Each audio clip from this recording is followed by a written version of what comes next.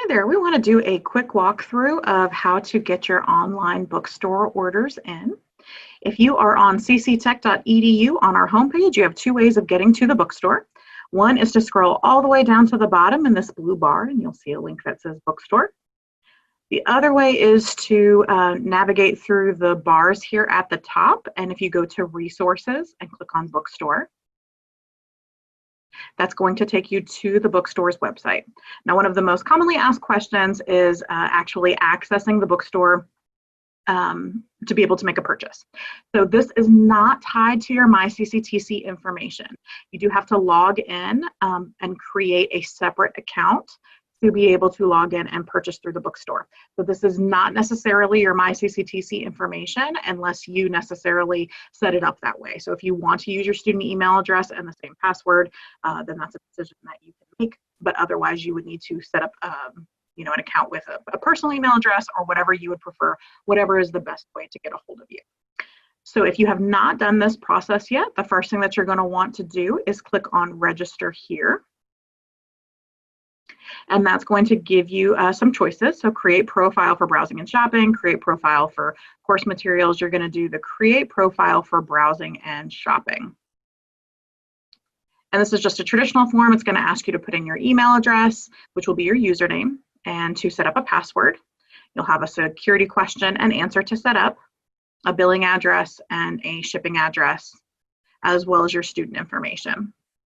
You do need to enter your student ID here. You might have heard that referred to as your C number. It does need to include the C plus the numbers. And you can get that information either in your admission email, whatever you received from an admissions counselor. If you are already in your MyCCTC account, you can also get your C number by clicking on DegreeWorks, and that populates your student information. And if you have previously received a student ID, that C number is also on your student ID. Now, once you've created that account, you can go back to the login screen to actually get logged in.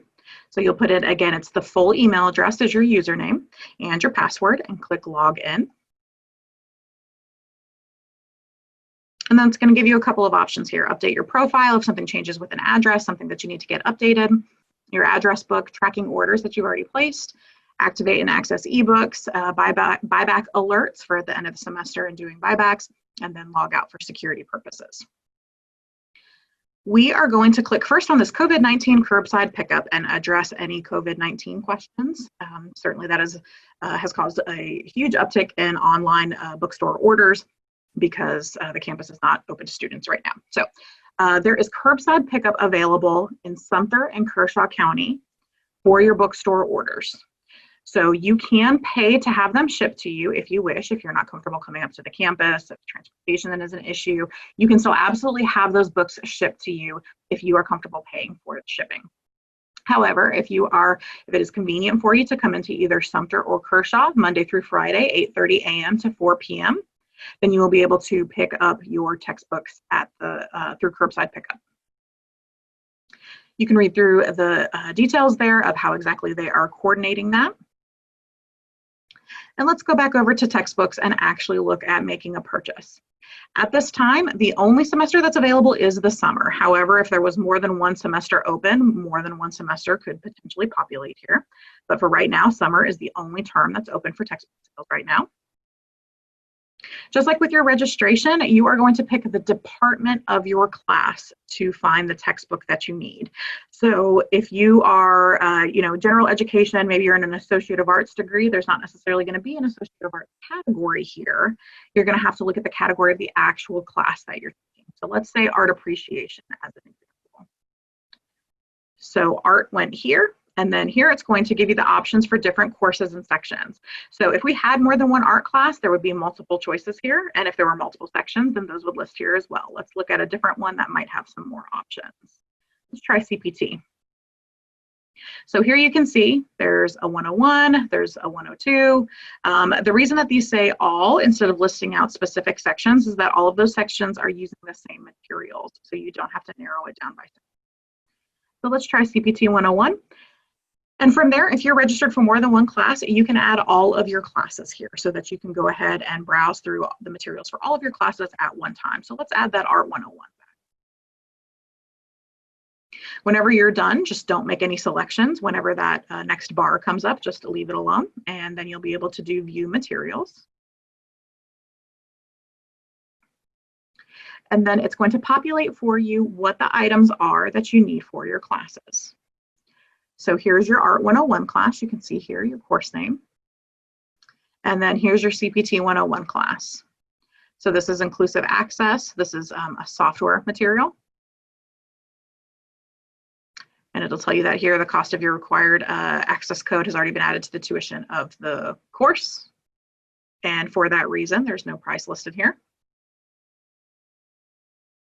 There are a lot of classes that do fall under those access codes, and perhaps if you've looked at your account balance, you might have seen a line item for that all-inclusive line item, and that's where that comes from.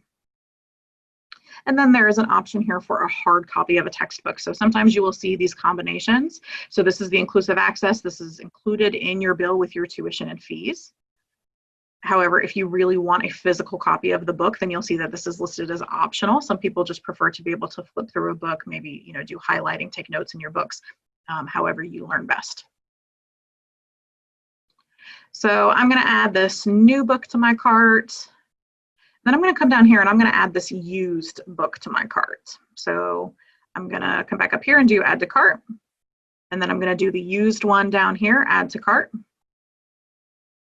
Again, the reason that that says to be determined is that this is something that you have already paid for and have access through, through your D2L. I'm going to go to continue checkout. And then you're going to see your textbooks listed here, the ones that you actually added to your cart versus everything that was listed there before. We're going to do continue checkout. Now, because I selected a used textbook, this is going to ask me a question. If the condition, new or used, of a textbook you ordered is no longer available, may we substitute with another condition? If you say no, and that used textbook is not available, it's going to cancel that item from your order. If you say yes, and there is not a used version of this textbook, then it will be substituted with a new copy of the textbook and you will be charged the difference. So for our purposes, we're going to say yes. In the event the instructor changes the materials for your course, how would you like us to update your order? Add only required, add all materials, do not add to order. So this is just asking you the question that if there are any, you know, in this case, last minute additions, but certainly if you're ordering your books, you know, pretty quickly once the semester opens in terms of textbook purchases, there might be some changes to a course. So you can opt to have add only required. So these are the materials that your instructor has said you have to have. Add all materials, which would include optional. So things like a hardback book or maybe something that, you know, they think is a good study tool that they're offering as an option. And then do not add to order if you don't want to make any changes or have anything unpredictable about your order. I'm going to say add only required. Last question, if we substitute or add course materials to your order, what condition would you prefer? Please note, if you select used and we are out of stock, we will fill as new. So that's the same thing as we mentioned before. If your used textbook is not available, if they don't have a used copy in stock, you can opt for them to give you a new one. Okay. So you'll see that there are some preferences that are updated here, substitute, and then you're going to select payment options. If you are planning on using financial aid, you're going to want to do the click here to see what items in your cart are covered by your financial aid funds. Now, you have to have your financial aid fully processed on your account for it to be able to be viewable here and for the bookstore to make those charges for you. So if you have any questions at all about your financial aid, we have another YouTube video about navigating your MyCCTC, the financial services tab of your MyCCTC, so that you can navigate your account balance and what that looks like. And you can also always reach out to financial aid at finaid@cctech.edu if you are not sure what the standing of your financial aid is. I'm going to do the click here to see what items in your cart are covered. And it's going to come up and say SFA cart and SFA inquiry. What the SFA inquiry is your C number, so your student number. And again, this does need to include the C plus all of the numbers. Now, I do not have any financial aid, so this is probably not going to go well for me. There are no financial aid funds that cover your cart. So this can mean one of two things. Either you don't have any financial aid funds, your financial aid has been run, and you do not have enough funds to cover additional expenses beyond your tuition or whatever your account balance currently looks like. Or you might have financial aid that has not fully processed on your account. This is most common with student loans because they do have processing time associated with them. So if you are expecting financial aid funds to be available and they are not, then this might be where you would pause and again go back and reach out to financial aid before you follow through with your bookstore purchase. Otherwise, what it would do here is it would go ahead and show you what your available financial aid is and how much of that you want to use. You can see the columns here, price of a material, covered, not covered, and then it would give you the option to remove if you wanted to try to, handle that separately. So I'm going to do return to checkout. And then it's going to also ask you, how would you like to receive your order? Either pickup order or ship order based on your personal preference.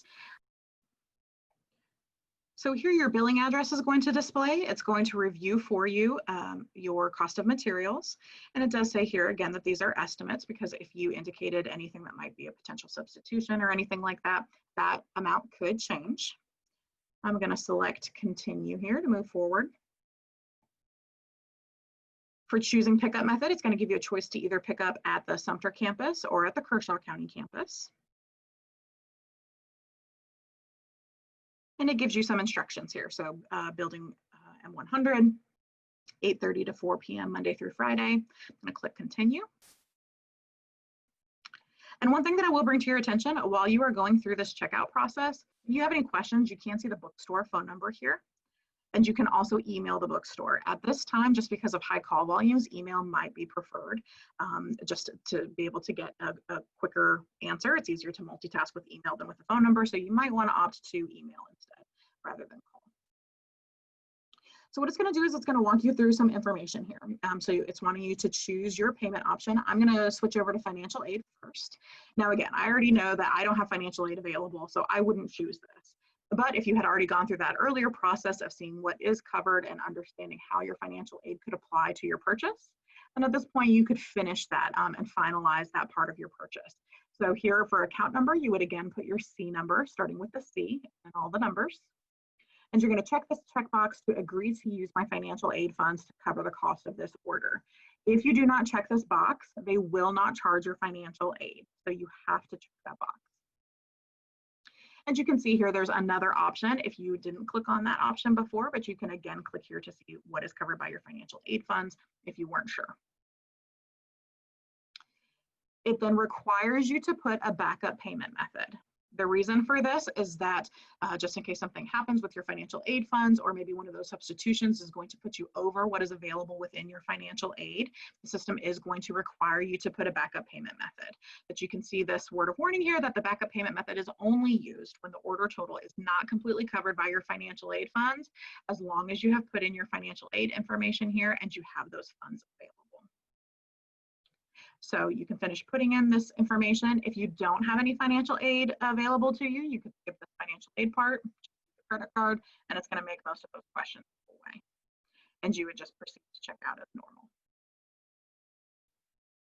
You would finish here by clicking Submit Payment. And then you would receive confirmation to that email address that you signed up with about your order.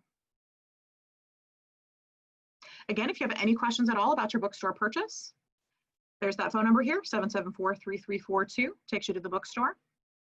And then there's a link here to email us as well. Just please be prepared to be able to provide your student information so that they can, look up your account or be able to reference your personal information as needed, depending on what your question is. Thanks so much for watching. We hope that helps you in assisting with your bookstore purchases.